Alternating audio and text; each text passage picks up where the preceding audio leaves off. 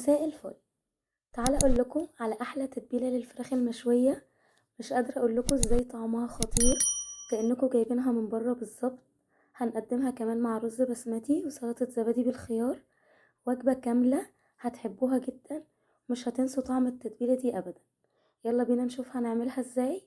انا هند ودي قناتي، ويلا بينا نبدا الوصفه. اول حاجه هنحتاج فرخه صغيره للشوي من 900 جرام لكيلو، مش اكبر من كده، علشان تستوي معانا بسرعة.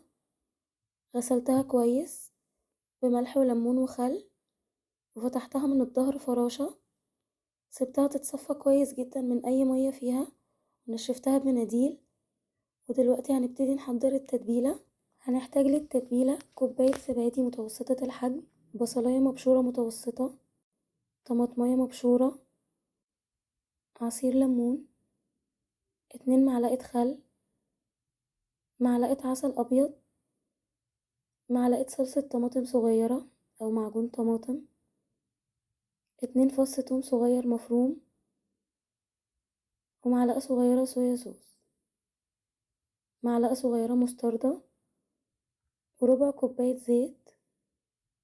بعد كده هنزل بباقي التوابل، معلقة صغيرة من كل حاجة: ملح، فلفل اسود، بابريكا، كاري، جنزبيل بودر، سماق، وتوابل فراخ. هخلط كل المكونات دي مع بعض كويس جدا. بعد كده هنتبل الفرخة، هتبلها كويس جدا من كل حتة تحت الجلد، وهنعمل فيها فتحات بالسكينة كده عشان كل التتبيلة تدخل فيها وتبقى طعمها احلى. بس كده تبلناها كويس. هغطيها بستريتش راب، وهدخلها التلاجة ليلة كاملة. لو مستعجلين ممكن نسيبها ساعتين بس في التلاجة، بس ليلة كاملة بتدينا نتيجة احسن طبعا وطعم احلى. دلوقتي هنحضر الرز.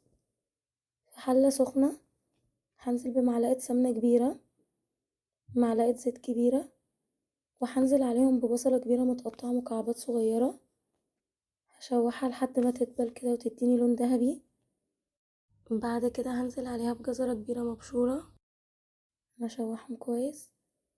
بعد كده هنزل بنص كوباية زبيب، انا غسلته ونقعته 10 دقايق كده عشان يطرى. والزبيب ده اختياري، لو مش بتحبوه عادي ممكن تشيلوه من الوصفة. دلوقتي هحط التوابل: مكعب مرقة دجاج، معلقة صغيرة ملح، معلقة صغيرة فلفل اسود، لورا، وعود قرفة، حبهان، معلقة صغيرة كاري، ومعلقة صغيرة كركم. هقلب كل ده كويس مع بعض لحد ما ريحة التوابل تطلع. بعد كده هنزل عليها ب3 كوبايات رز بسمتي مغسول ومنقوع نص ساعة، هشوحه كويس مع المكونات دي. دلوقتي هنزل عليه ب6 كوبايات مية سخنة، وهغطي عليه وهسيبه لحد ما يتشرب على نار عالية. كده الرز كان اتشرب، ههدي عليه النار خالص وهسيبه لحد ما يستوي. كده الفراخ بعد ما قعدت ليلة كاملة في التلاجة، انا هشويها هنا على الشواية الكهرباء. لو مش موجودة ممكن على الجريل عادي على النار، بيدي نفس النتيجة وبيطلع تحفة. بس هنقعد نقلب فيها كل شوية عشان تاخد لون من كل ناحية. بعد كده هنغطي عليها عشان تستوي كويس. انا هنا بقعد اقلبها كل شوية لحد ما اتأكد انها استوت تماما. دلوقتي بقى هنحضر سلطة الزبادي بالخيار اللي هنقدمها جنب الوصفة دي. ممكن نعمل سلطة الدقوس برضو، هبقى اعملها لكم في وصفة تانية، بتبقى حلوة قوي مع المشويات والرز البسمتي.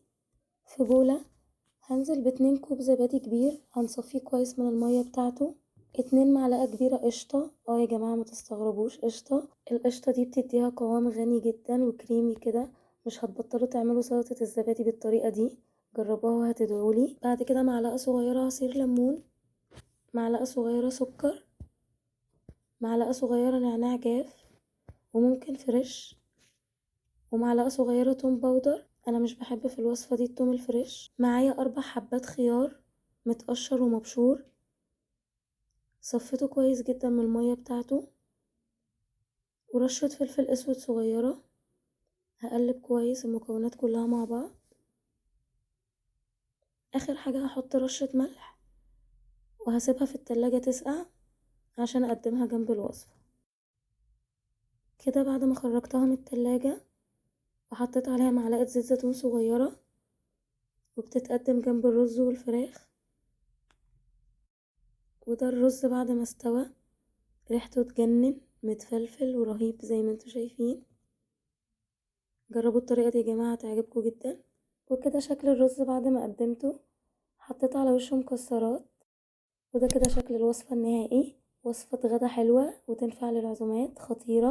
اتمنى تجربوها وان شاء الله تعجبكم وبألف هنا. لو عجبكم الفيديو ما تنسوش تعملوا اشتراك للقناة ولايك وشير للفيديو، وتفعلوا زر الجرس علشان يوصلكوا اشعار بكل وصفاتي. واشوفكم بخير في فيديو جديد.